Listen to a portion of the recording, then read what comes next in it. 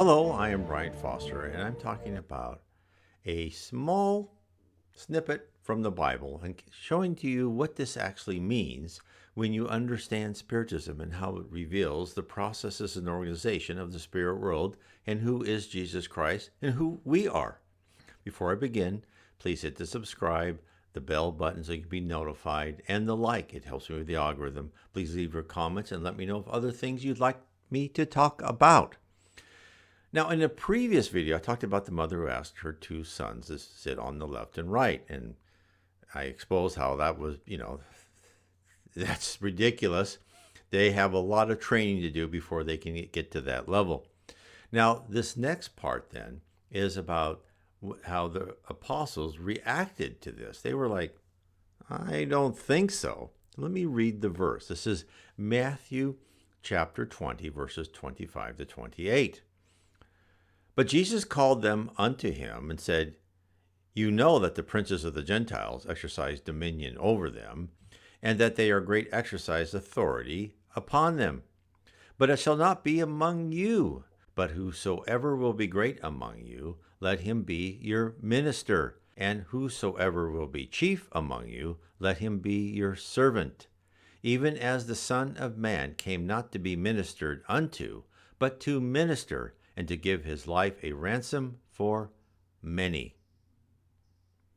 So what does this mean? He's saying the chief has to be the servant? Is that the way it works in our culture? Very, very seldom. It's the chief is the chief, and everyone says yes, sir, or yes, ma'am. And when they like something, well, everyone else likes it too. And there's a lot of, genuflecting to positions of power, because after all, in our culture, if you have power and money, that must mean you're a better person and you're smarter than everyone else. That's not the way it is in the spirit world, and that's not what we're being trained for. The earth is full of primitive spirits like us. We're not that mature. We're on a planet of atonement where we pay for our past wrongs, where we learn to take out one emotion at a time: greed, envy, hate, and replace that with love, charity, and fraternity. So therefore, on this planet, as people rise in power, they become, well, I'm powerful, I'm successful, I am better than you. Whereas in the spirit world, where everything is much better, the people who rise in power are more humble, kinder, gentler, fraternal, charitable, honest, and they want to serve. Serving is their great pleasure. I talked about in another video about bureaucracy, how I was afraid of, is there bureaucracy in heaven? And the answer is there are people in charge. There are managers. We work for things. There are rules. But the people in charge of the rules, they don't use the rules like they do here on earth, where they like just hit you over the head with the rules. Say, no, sorry, it's against the rule. We don't care about your circumstance. Tough. No, they look at it and they go, okay, let's help you if we can. We're never going to violate your free will. They are humble. They are kind. And why? Because they've been through what you've been through. They understand. They want to serve you. That is their job. Their whole reason for being right now is to help you rise and help you become a better person, not to give themselves more power as it is on earth, or not to protect their power. They want to nurture you and help you rise and be an important part of the spiritual society.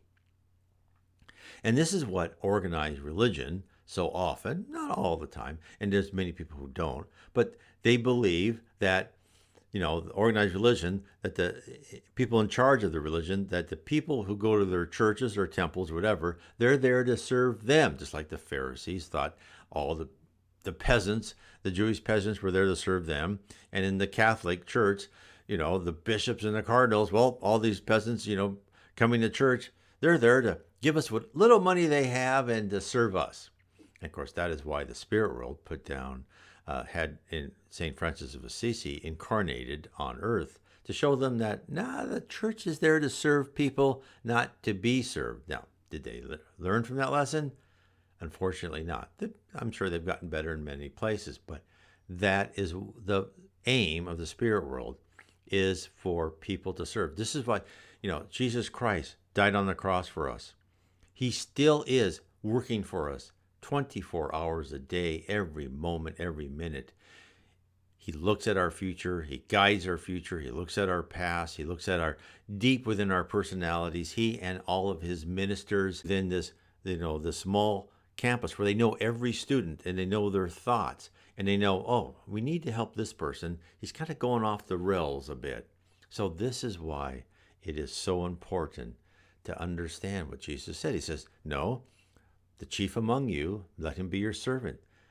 And of course, that's hard to understand. I'm sure, certainly harder to understand where might was right back in 2,000 years ago, and it's also hard to understand now. How many chief executives are saying, I'm really here to help my employees. I'm really here to help each one of them grow and reach their potential. Not many. That's why the earth is just now trying to become a planet of regeneration. We have a long ways to go. We all have to change ourselves and become better people and help others.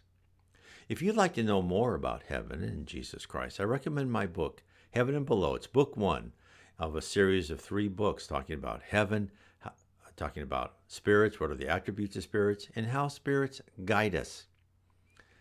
God bless.